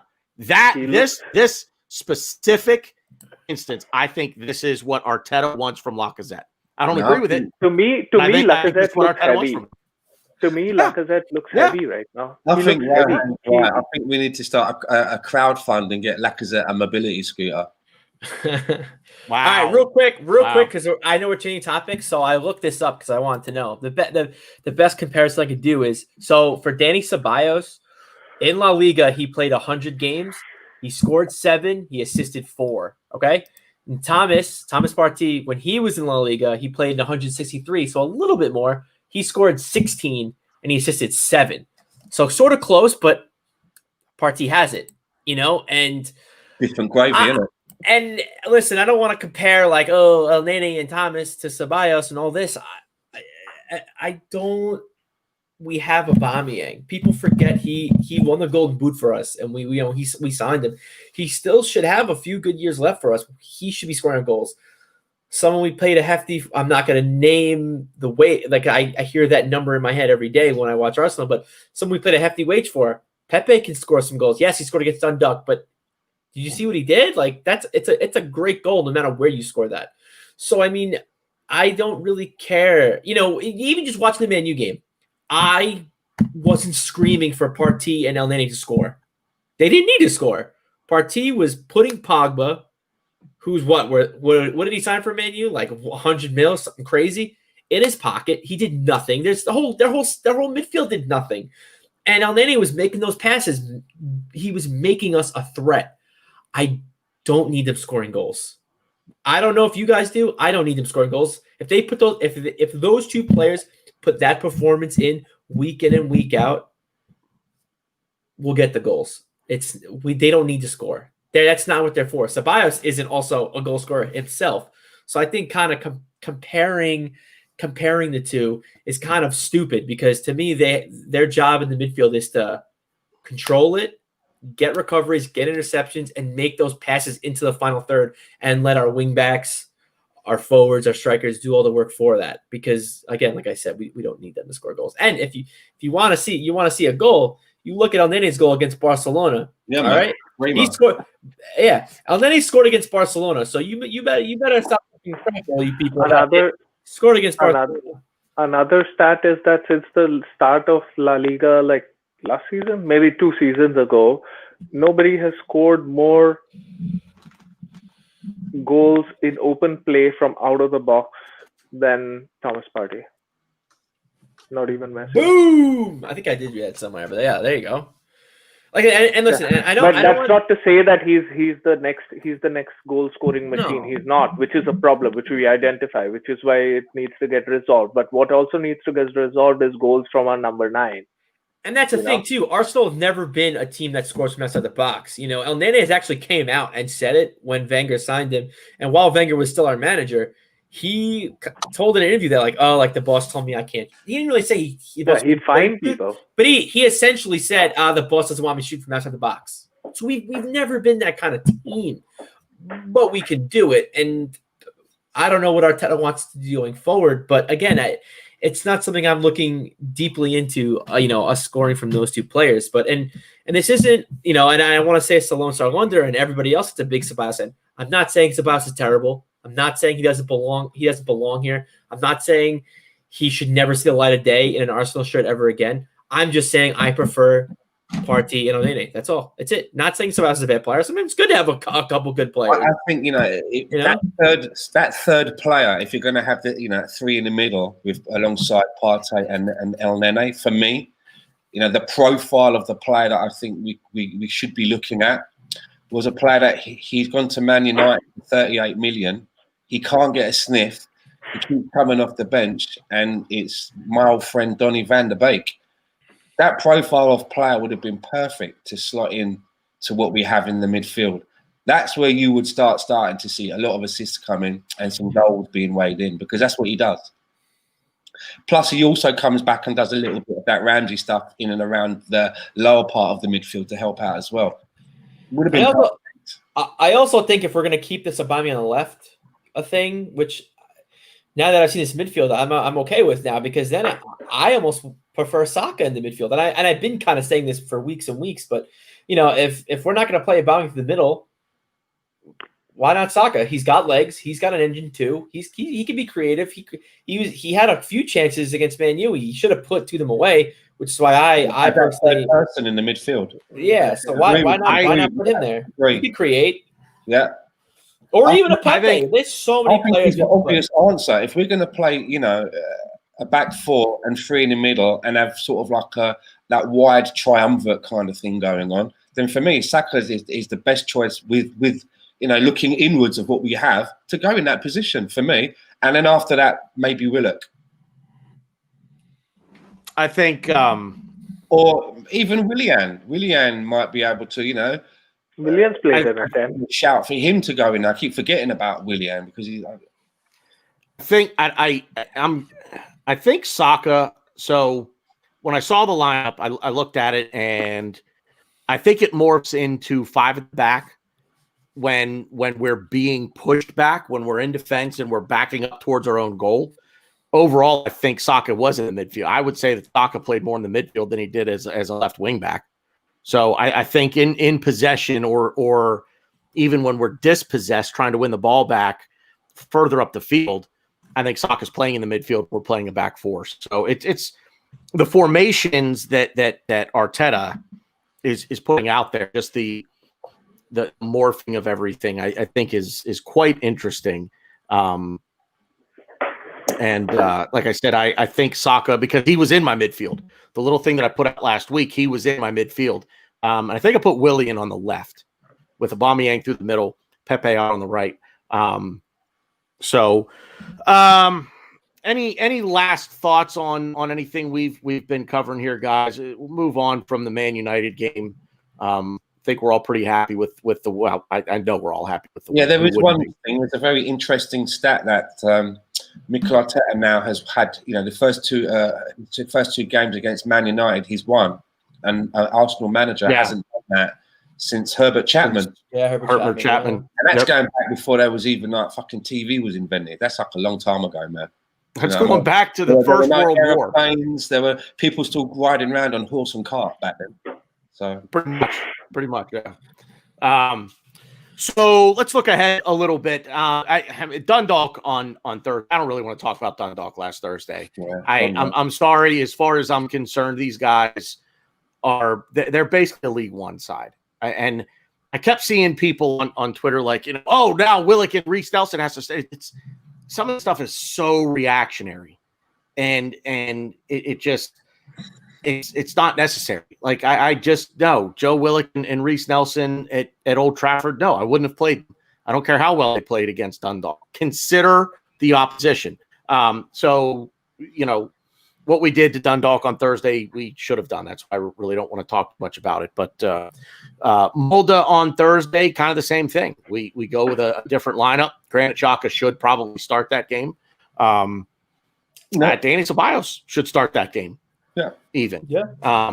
One thing on this. Would you start Balogun through the middle on Thursday? Would you give him a shot, or is Eddie still that guy? Do you still say no? Eddie, you're the guy I'm going to bring Balogun on at the end as I personally, I would, wow, my sleeves are so, this is what I get for cleaning my leather seats with, like, this is dirt from my dogs. I was cleaning my leather seats in my car today. Jesus. Man, that's embarrassing. I would start Balogun. I would start him. I want to see what he's got. And we've got a cushion in the group now, so I would start Balogun. What do you guys say? Yeah, okay, go on. No, one thing I was gonna say, I would keep it simple. Yeah, I do. Like I said earlier in the podcast, unpopular opinion, I think the next position that we need to sign is a striker. With that being said, if Balogun, because Balogun's leaving at the end of the season, he said he didn't sign a contract extension, and he's on his way out because he wanted first team play. Fair play. Hopefully Arteta can convince him otherwise. But if he doesn't, if he goes, then I think we need a striker. But if he doesn't go, if he does resign, I think he has to play. I don't know if I see him as a Lacazette, like what Lacazette's doing as like a 9, kind of working outside the box. He's a guy that's going to make runs behind the defense, make runs behind the midfield, and he's going to give the defense a terrible night.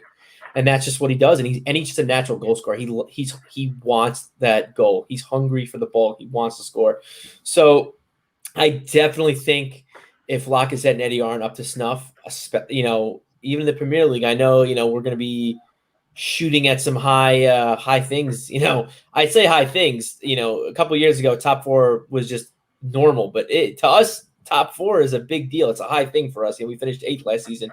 I don't want to, hope you guys didn't forget about that. We were terrible last year. We didn't get that much better. I do think Thomas Partey made us a lot better, and it'll show. But I think that we really need to give this Balogun guy a real test, a real real trot out because, I think it'd be a shame for him to go. I think he's a real talent. I think he could definitely succeed in the Premier League. I know it's early, but I really want to see what he's made of because he's just watch it because I've watched him play in the U23s a few times. It's just he's just out playing pickup. It's just too easy. It looks too easy for him. I kind of want to give him a test, and if Eddie isn't doing it, if Lacazette isn't doing it, which they're not, I mean, unless people want to say otherwise, they're not doing their job. They're not playing well, both of them. I think you have to give Balogun a chance because we don't have anybody else. You can say Martinelli, but I think we need to give Balogun a proper chance because I think he's a real player, and I think we need him to resign because I think it will be a problem for us later down the road, and I think we need to address it now instead of letting Balogun go for little to no money because I'm telling you, he's going to be a stud. Rowan? I mean, for me, Eddie hasn't done that much wrong. He scored against Dundalk as well. He is now the leading goal scorer for England youth setup, right? Like he's overtaken Alan Shearer now. He's done okay. He hasn't done very poorly, for Arsenal. I mean, he hasn't got those many minutes. And my perspective is that if Lacazette isn't doing the job, we need Eddie to come in, or like I posted in the private chat, Arteta has spoken about the possibility of Aubameyang playing centrally. He has not ruled that out, and he has said that he needs to assess with the opposition, etc. But there is a strong possibility that he may just play him as a number 9. So if that happens, then that's that. So for this Thursday itself, it doesn't matter. It's the Europa League. We've picked up 6 points already. We're in a comfortable position. You want to shift things up, and you want to give the young lad a chance. Do that.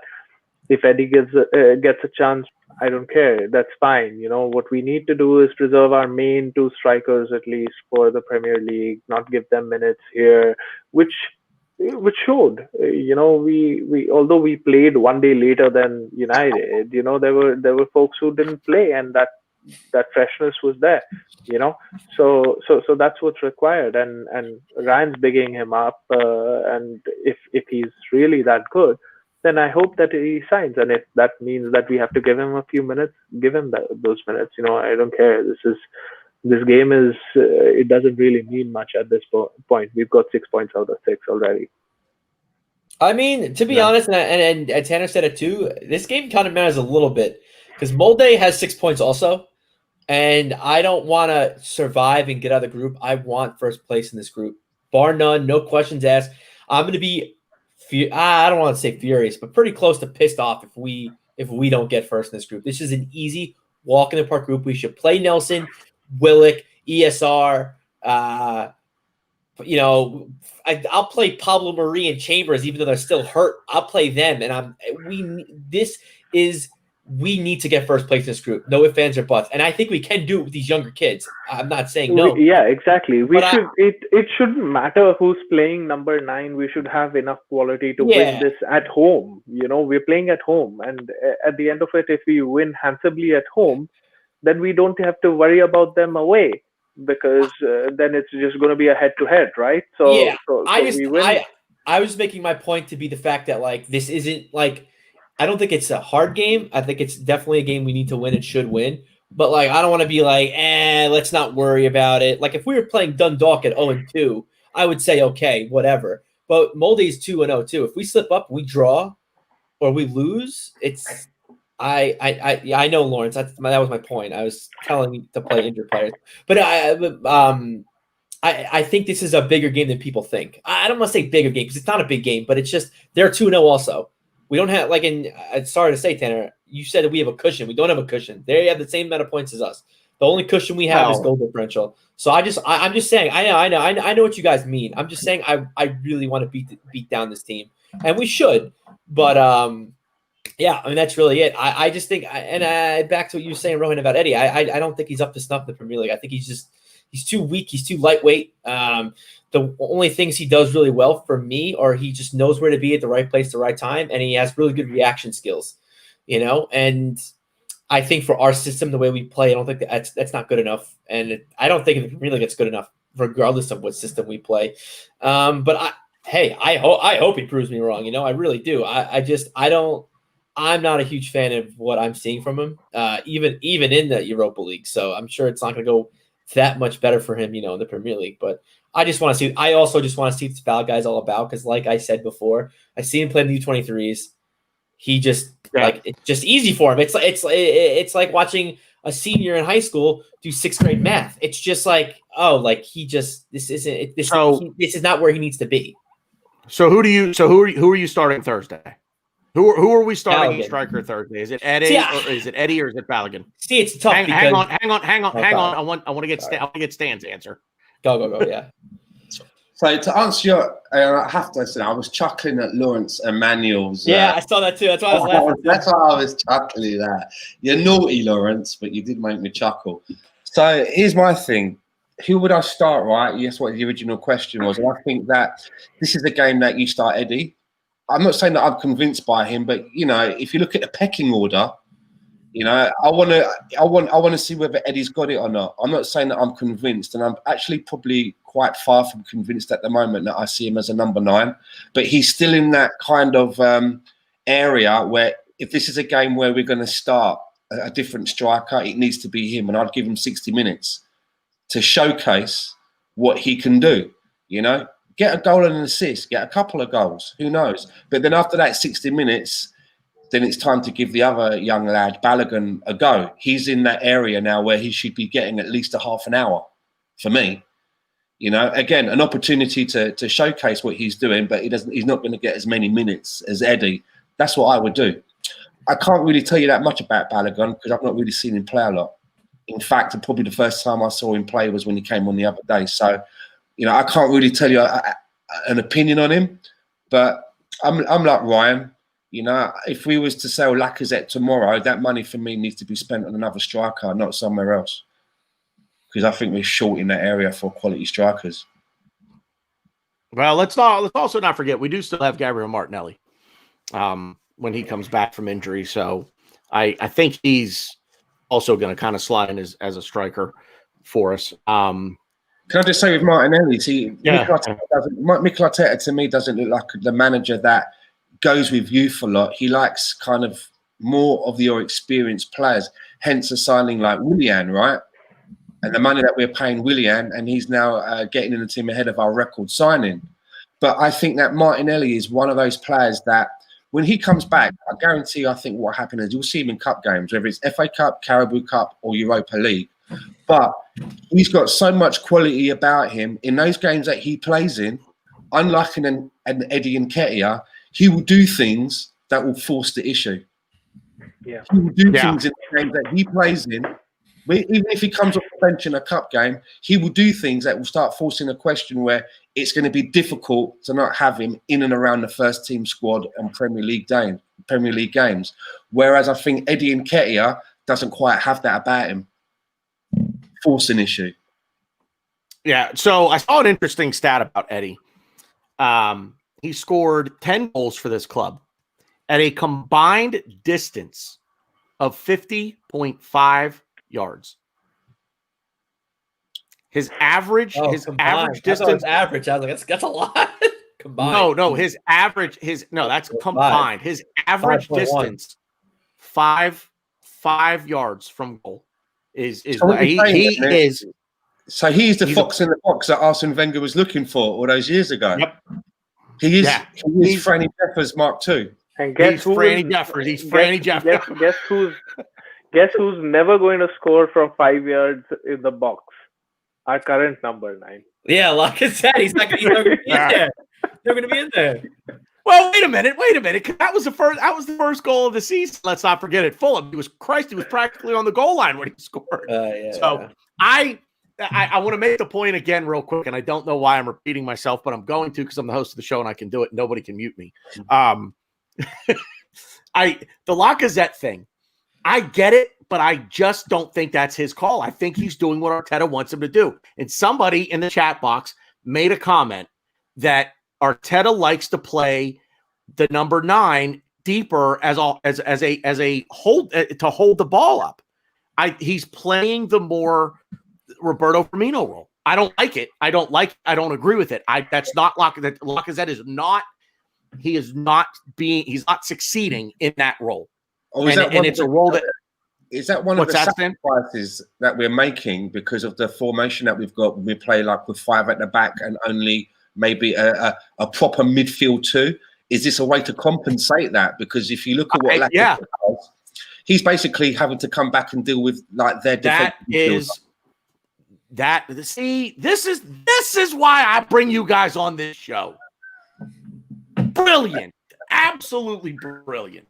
Yes, I agree 100%. Say it again for those in the back that didn't quite hear you. I've thought this before, that this thing with bringing the striker back into what I was calling a false 8 to deal with players like, Fabinho and the defensive players is to compensate for having the 5/3 at the back and not having 3 in midfield. Not so much because we're trying to model it on the Firmino. You're asking basically the striker to come back and be another body in midfield. And if you see that the good thing about the Man United game, what Lacazette has been asked to do, he got it right in that game. And what I mean by that is, if you look at a lot of the previous games when he's been doing it, how many free kicks does he give away? Too many. Too many. Way too many. He didn't do it as much in that last game. So he got it right. Whatever he's been asked to do, whatever this plan is, he got it. He executed it right. The question is, is he going to be able to do that going forward? And like Rohan says, there are times of the game where he needs to be closer to the box when the ball's breaking forward, and you got to sprint. You can't stroll. Yeah, the issue for me is not his work rate. His work rate has always been great, and he comes back. He gives us that hold up play that Aubameyang cannot give us, that Eddie can't give us. That's great. He comes back and he comes to a center circle and he tries to get the ball. All of that is very good. The issue that I have with Lacazette is the lack of desire to get into the box when we have the ball. Once we've turned it over in transition, I want to see his killer instinct and being like, I don't care if I'm the 4th one in the back in this race, I'm going to be the first one inside because I want to score that goal. What happens is that because there's no desire, he's just like jogging his way, leisurely pace and all of that. He thinks that the job's done. The job's not done. The job's only half done. And we will not score a goal until we have bodies in the box, and he's just not there. That is the issue. Nobody can, you'd be crazy to say that, oh, this guy is sacrificing himself for the team and I don't like him. I like that aspect of it. But then I think that he's lazy, or he's too heavy, or, I don't know what his issue is, but he's just not sprinting. The number of times that he won position, and I was just yelling at the TV that he needs to drive inside, but he just wouldn't. And maybe we'll see this going forward, just because we only saw this once with Elneny and Partey. Maybe with Elneny's forward progression and the way he presses up, and with Partey doing his job too, maybe that kind of gives a little less work off Lacazette. Maybe Lacazette will kind of play the role we want him to play. Because like Tanner said, this is not his job. His job, what Lacazette is best at, is getting that ball, one touch, and putting it in the back of the net inside the 18. That's what he's good at. He gets the ball, he quick turns, slots it home. And who knows? Yeah. Again, I'm still, how do I be PG about this? I'm still very excited about our midfield with Elneny and Partey. So I may be overreaching here, but good job on keeping a PG, by the way. Yeah, so this midfield's doing a really good job, and maybe they could do some of Lacazette's work for him, and he could make those runs to the box, or just be in the box. I don't know. I could be overreaching. I could be completely wrong, but it's definitely a possibility because when Lacazette was doing all this number 9 business of working hard, being kind of deep back, it was because we had a slow, inept, unathletic midfield. But now that our midfield's a little quick, more direct, and we get the ball in the opponent's final third, maybe Lacazette's going to be in the box a little bit more. I mean, only time will tell, so we'll see. All this talk about playing Aubameyang through the middle, I reckon right now, Aubameyang, he stands out on the wing, on the left-hand side, and he watches Lacazette having to run all the way back to the centre circle, and he probably stands there and thinks to himself, thank fuck I ain't got to deal with that shit. That's Yeah. There's a lot of bullshit going on there. Do you know what I mean? So let me ask this question, and this is pure tactics. So if Lacazette is going to play this deep false nine role, do we need to bring the wingers in closer? Are we creating too much width? Is there too much width that we almost can't overcome how much width we've created for ourselves? Because Aubameyang's way out there, Pepe or Willian, they're way out there until they cut back in. And it's almost like by the time you get to a point where you can cut in towards the middle of the pitch, you're still 7 rows up into the stands. We're so far wide to begin with. So if Lacazette's going to play that deep role, to me, I don't know what you guys think, and anybody jump in, I would make the wingers more compact. I'd bring them in closer. I wouldn't want them really as they're running up and down the field. I almost wouldn't want them to drift wider than the edge of the 18-yard box. When I say the edge, I mean the line that parallels the touch line, not the edge that parallels the goal line. If I'm making sense there, I need a dry erase board. No, yeah, of course, that is what most of these teams. I mean, that's what Liverpool do, right? With Fabinho dropping in and then Salah and Mane coming in, and that is exactly what we have to do. But then we also need to. The width will come from the fullbacks then, and the fullbacks need to go up the pitch, and then they need to have that delivery. Which, I mean, Bellerin had a good game, so let me mention that. Bellerin had a good game. He had a couple of balls in there that Aubameyang just couldn't reach, and if he can make his crossing better, and if Tierney has a good cross on him, we know that he's going to do the same thing, but he sort of has a good cross on him still. So if they can do that, then this thing works. But again, we're not the sort of guy. We're not sort of the team who's gonna have balls lumped in and gonna play that. Gonna head the ball. We have to cut the ball back and sort of have to try to play that way. But that requires a lot of understanding between the players and consistency between who's playing where. That's why Liverpool basically play the same team, all the time. Their front three doesn't change, and that's the understanding that you develop. Right now you don't know whether Pepe is playing, whether Willian's playing, whether Aubameyang's playing on the right, whether Saka is playing in midfield. None of that is clear. Slowly it should be, but I mean, I don't think that again we should rely on it. We should go with a back four. We should have a 3 in midfield which does its job. And then Aubameyang and then Lacazette, even if he needs to drop in, he doesn't have to come to the center circle. He could just come into the edge of the final third and then go back. But once he senses that the ball is going to come in, we need to have numbers in the box. Yeah. Stan or Ryan, any of you guys want to jump in on that? I mean, the only thing I will say is Aubameyang did play more central in our game against Man U because our fullbacks were so pressed up. Saka was very pressed up, and I think again, I'm not gonna keep going back to this. It's because El Nene and Partey were doing. So I banged again. It's because El Nene and Partey were doing their job. And that one wasn't as bad. I don't know why, but that one wasn't. Because I caught myself. I was one bang and I caught myself. So El Nene and Partey covered so much of the field, and I think it encouraged. And Arteta just likes pushing the fullbacks up anyway. Tierney's normally very high up. I mean, who knows? I don't. People said we played a back 3. I thought it was a back 4. Bye Spirit Animal. Love you, man. Thanks for tuning in. It's tough because when he first came to the club, you had the inverted fullbacks and all that. I think it's more of just we have the solid defenders in the back. We have now the midfield that could get the interceptions, get the ball recoveries, move the ball quick, direct, and forward. I think these fullbacks can kind of have a little more leeway in pushing up, like your Alexander-Arnolds, like your Andy Robertsons.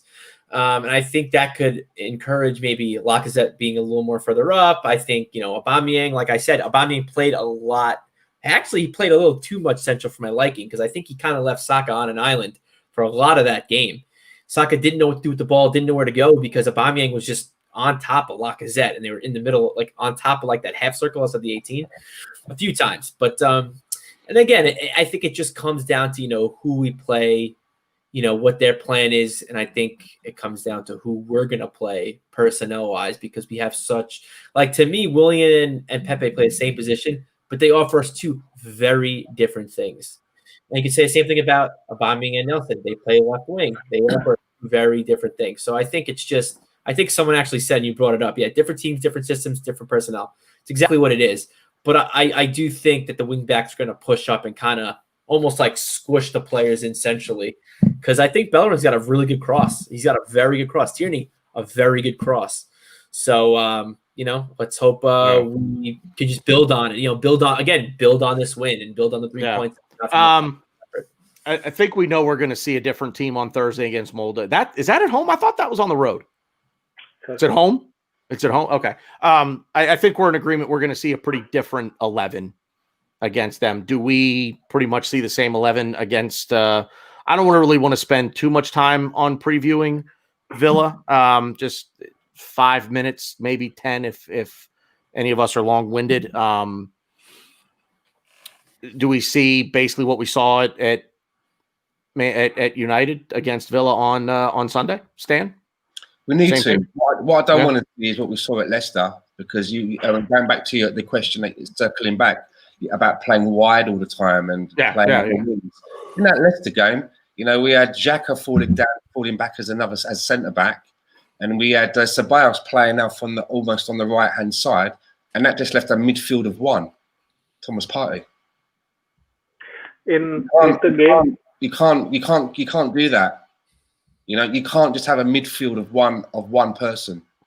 You have to have it. That's just a recipe for disaster. So for me, you have to. Sorry, go on, Ryan. You want to say? You have to play against what the danger is, right? At Manchester United, the danger was that pace of going in behind. It was Rashford and Greenwood and the runners, etc. That was the danger, right? Against Villa, I don't think that's the danger, because who's their front man? Ollie Watkins, right? Who scored 3 against Liverpool and then the penalty last time, but that's the only goals. So he's not scoring too many goals.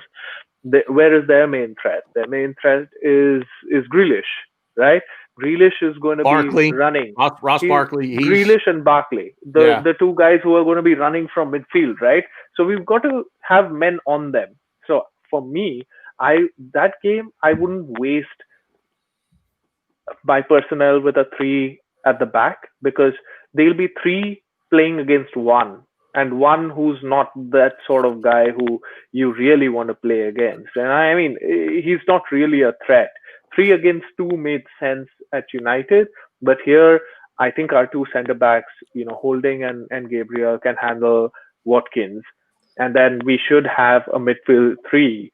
And Partey and Elneny have sealed their place, and whoever is the third one, be it Ceballos, be it whoever, Willock or Saka, or whoever it's going to be, I'm going to be fine with it. Elneny, I think, can do a job on Grealish, or maybe Partey can do a job on Grealish. One of them has to be marking him, the other one has to sort of clean the plate there. And the third one needs to drive with the ball and provide that creativity. And then we need 3 guys up top. We're going to have more of the ball. We're playing at home.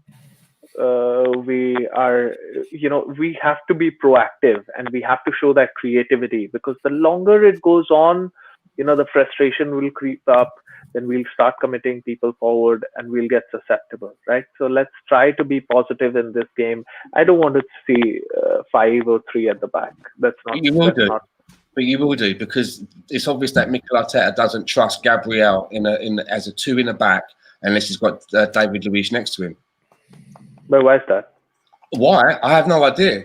But from what I can see, he doesn't seem to trust a 4 at the back having 2 central defenders, unless he wants Gabriel on the left and he wants David Luiz to partner him. Because when David Luiz is injured or out, he switches it to a 3 at the back to shore it up.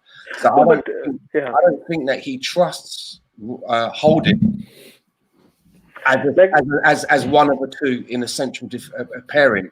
He obviously doesn't trust Mustafi, and the reason he doesn't trust Mustafi is because Mustafi turned around and said, "I'm leaving." And he noticed now, even if we have to put on another defender, he would rather bring on Xhaka and put him in there than a player that has said that he wants to leave the team. So in Mikel's mind, you know, Mustafi is now at the bottom of the list because he's not up for the cause. He doesn't believe in the process, right? So I agree with that. Unless David Luiz is fit, I think we're going to see 3 or 5 at the back. But that's a waste of personnel. That's just I don't know. Like, you know, then essentially we'll have 3 centre backs playing against their one Ollie. I agree with you, but I just think that's how Mikel Arteta seems to view the personnel that he's got at his disposal. And then I'll support Mikel Arteta, and I will, you know, want us to do well and all of that. I just don't think that that's the right way to go, because then we're short on midfield, and you know they've got those runners, right? We need to have someone on Grealish. Grealish is the main spark. You've cut off the supply line, you know, 70% of the threat at Villa is gone, right?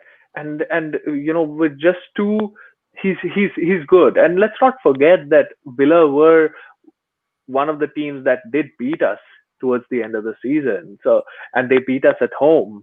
So, yeah, you know, in the sense of him finally doing a 4 at the back, which he did, because I think it's obvious that at some point, wherever the formation that Mikel Arteta wants, it includes having 4 at the back.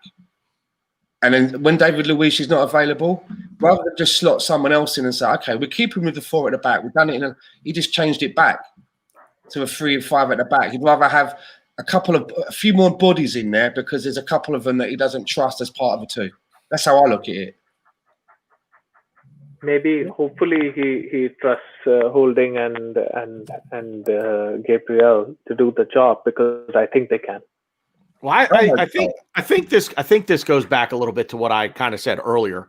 It's going to be a 5 at the back when we're defending as we're getting pushed back towards our own goal. It'll change from that into a 4 at the back, either when we're in possession going forward, or even when we're defending even when we're defending in the middle third. You know what I mean? The formation is it's going to morph. It'll be a back 4. It'll go to a back 5. I don't think we're going to get 3. I don't think we're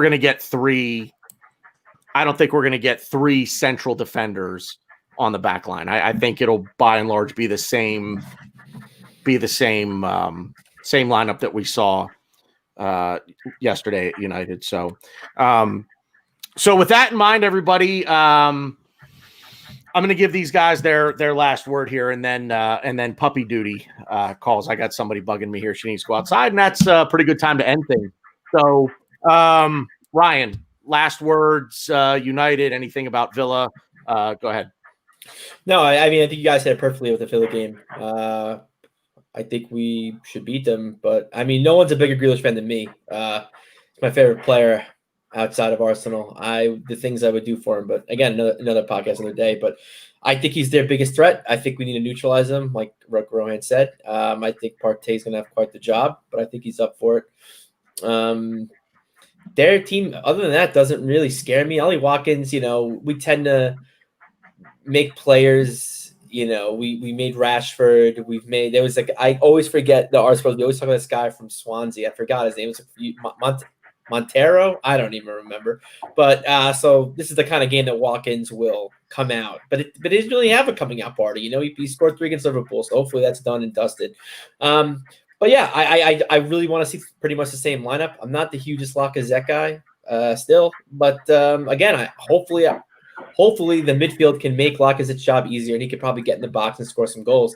Nothing would make me happier than Lacazette celebrating in front of Emi Martinez, you know? So, you know, nothing really other to say. Just same lineup, and just don't hurt Grealish. Please, please, please. Rohan, go ahead.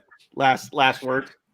Great win against United, you know, some positive energy coming out. But like I said, you know, it's only 3 points. So whomever you win against, you win against United now, you win against Villa next week, you win against Fulham, you win against City.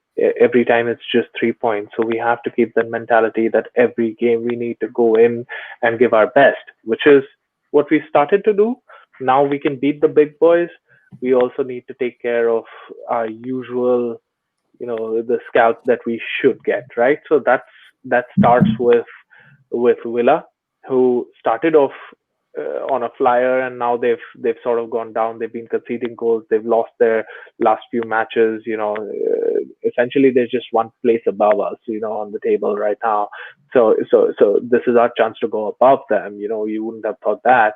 So it's a great opportunity. And October was going to be a difficult month for us, and it has been a difficult month, and we haven't done extremely well. The last game has lifted our mood, but the difficult games that we had were going to be Liverpool and City and Leicester and United, and out of them we just won one. That's the reality of things. But now we've got Villa, and then Leeds, and then Burnley. All of these are not going to be easy games, but I expect 9 points from there, and that starts with Villa. I should say one more thing. One more thing. It's gonna take 2 seconds. No, you had your final thought. One thing, literally one thing. Let's take literally less than 2 sentences. Hang on. Let's take bets on this. How long does he go? It's gonna be. I'm gonna bring up one player. I'm off in a minute. Tyrone Mings. We need to pressure him. He will concede penalties. Tyrone What am I hearing in the background? Dog licking. Your dog breathing really heavy. That's what I hear. That's what it sounds like, but it's not that. Oh, but anyways, yeah, we need to pressure Tyrone Mings. Done. Easy. We can do this. Okay. Stan, final thought. For me, with a Villa game, we've got a game coming up at some point. We haven't given a team a hiding in a while. That game is on the cards where we score 4 or more, right? And for me, I really hope it's the Villa game and that we really smash 4 or more past them, and it just puts all of that Emi Martinez bollocks to bed. I really hope there's some really scruffy goals that we score. They spill through his hands, really easy saves, and we just put all of that to bed, and we get behind supporting the goalkeeper that wears the Arsenal shirt. That's what I'm looking forward to the most.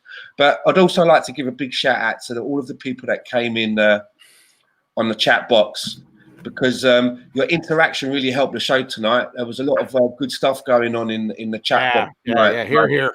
I just want to thank everyone that came in and joined us tonight. Thanks a lot. You were like the 12th man. Big up. Yeah, I'm gonna echo that, and I know Rowan and Ryan do as well. Yeah, yep. You guys in the chat box were great tonight. Want to thank Gary again. Don't waste the tweet. Go follow him on Twitter. Gary, drop your Twitter handle in the comments for everybody so they can go follow you over there as well. So big thanks to what? All right, sorry, last thing. The Giants. Jesus. The Giants lost.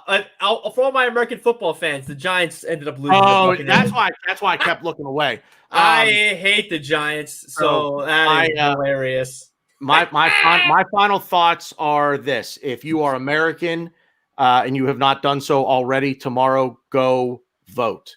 Oh yeah, go vote. Please, please, please go vote. I don't care who you vote for. Go vote. It is an amazing process and an amazing thing that we can do in this country by voting. So go vote, please. With that in mind, that's all we got. So last thing, go on, you Gunners.